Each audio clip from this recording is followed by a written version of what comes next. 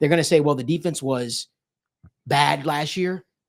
We're going to be super focused, super honed in on the defense. And they're going to draft the defensive lineman and say, see, guys, we fixed the defense. We're on it. That's what they're going to do. That's what they always do. Yeah. This is literally their MO. It's like, okay, well, the defense, everybody's complaining about defense. What is the talk coming out of this season?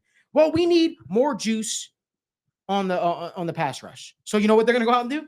They're going to find a pass rusher. Mm-hmm. I just hope said pass rusher isn't the guy that they fall in love with. Last week we talked about profiles. We talked about being in love. Everybody has a type, right? Right? The Bengals type is 6'5", 260. Played in the Big Ten of the SEC. Played in the Big Ten of the SEC. I just hope they don't see a guy like Mike Green sitting there. And then they see a guy like Nick Scorton sitting there, who, by the way, we watched film on too. You know, he's got some upside. I like him. So I'm getting dogged a couple times too.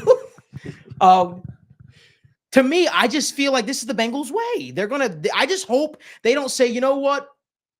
We're going to draft another 6'5" defensive end because that's the mold that we like. Don't listen. There's profiles, there's potential, and then there's production. I want a guy that has production. Hell, why can't you get both?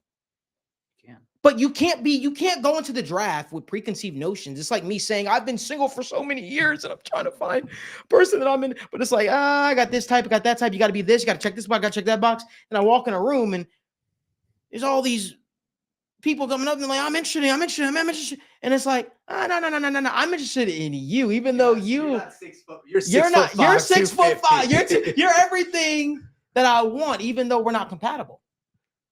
Don't do that. Don't dissuade yourself from production. And sometimes I feel like the Bengals try to go into it with I'm the smartest person in the room. Drew Sample, Jackson Carman, et cetera. I think when guys fall to you, right? And let's say you got a otherworldly talented player, but you say, he doesn't check our measurable box that we love. And then the guys will go on and they draft. The guy winds up going and drafting, becoming a stud. Are you going to just say, well, we didn't draft him because he didn't fit our profile, even though we know that he had the production to match, even though he was high up on our board, but he just is not what we typically like? To me, Nolan Smith? To me, literally.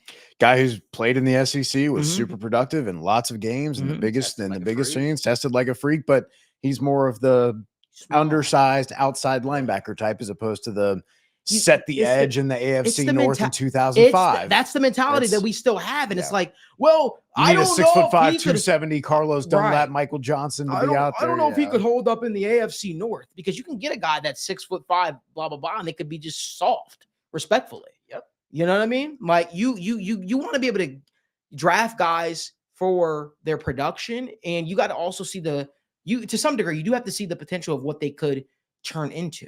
Like, to me, like Daniel kind of turned my thought process on Abdul Carter. Abdul Carter is fantastic. He's a guy that would have fit in Lou's scheme, if Lou was still here, because Lou does like to drop back defensive ends into coverage here and every now and again. But I was worried. I was like, Abdul Carter is he's kind of small, but his ability to just wreak havoc on a game is just undeniable. And to me, I just think that from all those measurables, you look at it, Trey Hendrickson was a guy probably that people would have thought probably wouldn't have been able to last or do what he's doing right now in the AFC North. But you see, his game is transferable. It doesn't matter if he's in the NFC South or if he's in the AFC North. He's still putting up production. His talent is undeniable. And I think once you take yourself out of the production that, hey, you know what, I love said players, whatever the case may be, or I love a certain player with this certain profile, whatever the case may be. You allow yourself to analyze players all across the board, and you don't pigeonhole yourself. And I think that's such a critical thought process, right? One thing the Bengals always say is there's no egos. We're always on the same page. Sometimes you need a little bit, like a guy standing on the board. Have you guys ever turned on the film and watched our War Room episodes? Me and Evan go at it. We talk about, I want this guy. He's like, well, I want this guy. I'm excited for those. I had to be on. I had to stand on the table a couple times. I'm coming at him with PFF stats. This War Room. Oh, he's ready. He got the subscription. He's ready. Look out. Shut up. We're not going to talk about that. I'm locked in, man. Listen. If it makes me sound like, I know what, let's do it. Hey, Like he the 99th percentile. I'm gonna be out there with you, brother. Let's do it. well, something I want to say along those lines, like there's two things. I think one of the things, a change of philosophy, is a more of a specific pass rusher. And I think, getting to some of these names, the names that we brought up a couple times, like Baron Browning, right, is a guy that typically the Bengals shouldn't go after, right? 6'2", smaller guy. This is going to be a position where all offseason long, Logan, we were talking about this before, this draft as well, there's guys like one guy that I love from Michigan, Josiah Stewart, like production, and they may be a smaller guy, but hey, I want somebody who can rush the passer. Give me, even if it's situational, a guy like Baron Browning, you pay what, 8-10 million. Even if he's just rushing the passer on second and third down, I believe that's what this Bengals defense needs. And that's one position where you don't need, and we were talking about this earlier, you don't need a 3-down guy. I want somebody who I can bring in and be a situational pass rusher and let the rest of these guys handle the early down work. But that's something, if I was in this front office, I would really focus on, is whether it's a Baron Browning or, like I said, Josiah Stewart in the draft. If you can rush the passer off the edge, even if you're a little undersized, if you got the strength, that's what I personally love. I think Baron Browning and Josiah Stewart are two names I love. Wait, say that again. Baron Browning and Josiah Stewart. Yeah. I've been cooking with Baron Browning. Oh, yeah. He's probably my favorite out of all the free agent profiles. He's probably the one that I'm fully sold on. His dad also followed me and shared my stuff. Because I listen, I didn't even know his dad was on Twitter or anything like that. But I put it out there because, number one, he's a guy that I remember, at least early in his career, especially with Denver, he kept flashing. And then obviously things went downhill. He tore his meniscus. His pass rush grade has always been super high, right? He's one of those guys. He's like a similar stature of a Trey Hendrickson.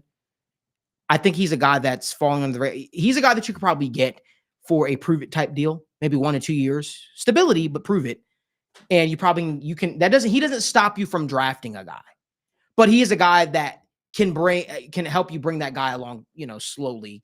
You can probably swap him in there as a rotational piece. I think Baron Browning has a lot of upside, and he's a guy that I'm really, really excited about. I really hope the Bengals do have interest in him. Obviously, when free agency and all that stuff starts, I'll have the scoop here on this channel and all that good stuff. But